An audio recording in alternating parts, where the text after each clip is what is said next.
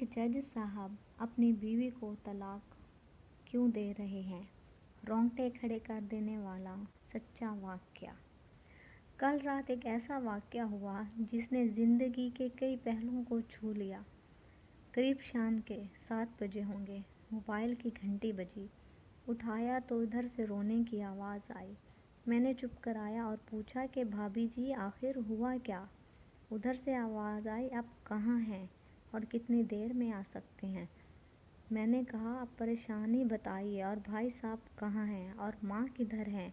आखिर हुआ क्या है? लेकिन उधर से सिर्फ एक ही रट कि आप फ़ौरन आ जाइए। मैं उसे मुतमईन करते हुए कहा कि 1 घंटा लगेगा पहुँचने में।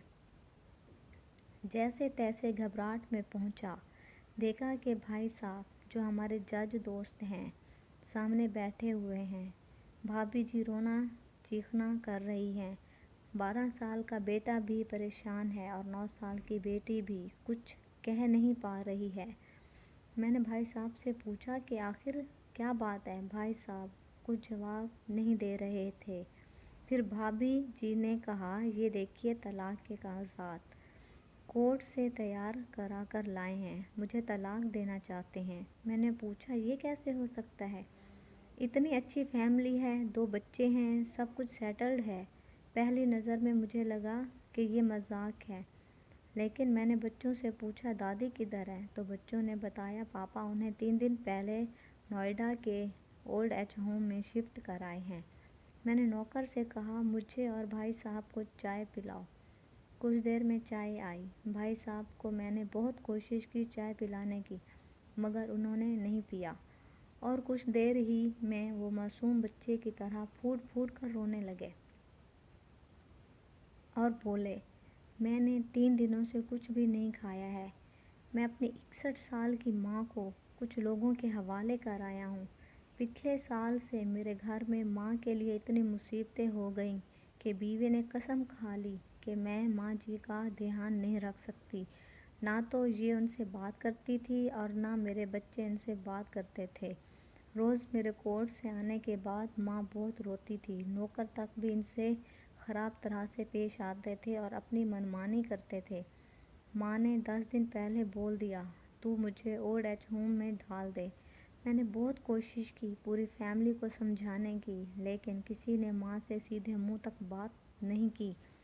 जब मैं 2 साल का था तब अब्बू इंतकाल कर गए थे। माँ ने दूसरों के घरों में काम करके मुझे पढ़ाया, इस काबिल बनाया कि मैं आज एक जज हूँ। लोग बताते हैं कि माँ दूसरों के घर काम करते वक्त कभी भी मुझे अकेला नहीं छोड़ती थी।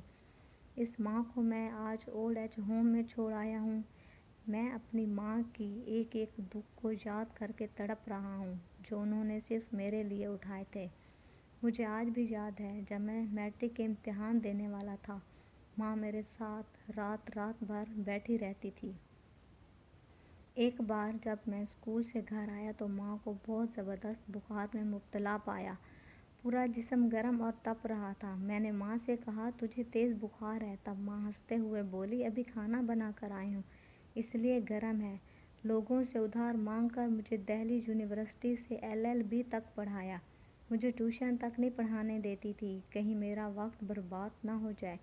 कहते कहते रोने लगे और कहने लगे, जब ऐसी माँ के हम नहीं हो सके तो अपने बीवी और बच्चों के क्या होंगे? हम जिनके जिस्म के टुकड़े हैं, आज हम उनको ऐसे लोगों के हवाले कर आए जो इनके आदत, उनकी बीमारी, उनके बारे में कुछ भी नहीं जानते हैं। जब मैं ऐसी माँ के लिए कुछ भी नहीं कर सकता तो मैं किसी और के लिए भला क्या कर सकता हूँ? आज़ादी अगर इतनी प्यारी है और माँ इतनी बोझ है तो मैं पूरी आज़ादी देना चाहता हूँ। जब मैं बगैर बाप के पल गया तो ये बच्चे भी पल जाएंगे, इसीलिए मैं तलाक देना चाहता हूँ। सारी प्रॉपर्टी मैं इन लोगों के हवाले करके उस ओल्ड एज होम में रहूँगा।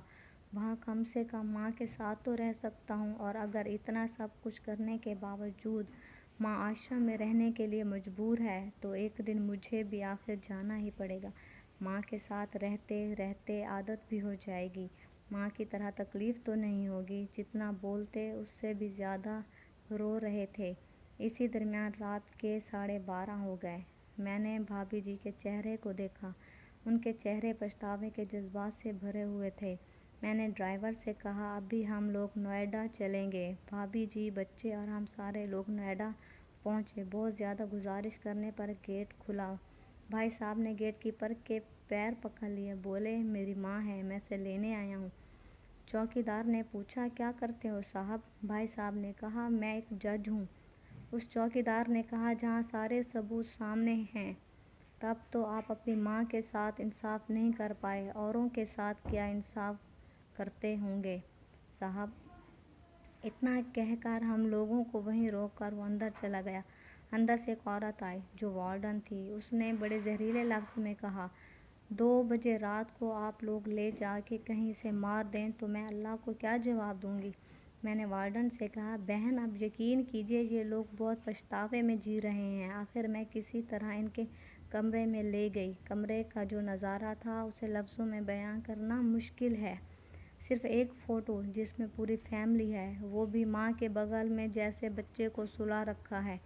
مجھے دیکھی تو اسے لگا کہیں بات نہ کھل جائے، لیکن جب میں نے کہا کہ ہم لوگ آپ کو لینے آئے ہیں تو پوری فیملی ایک دوسرے سے لپٹ کر رونے لگی۔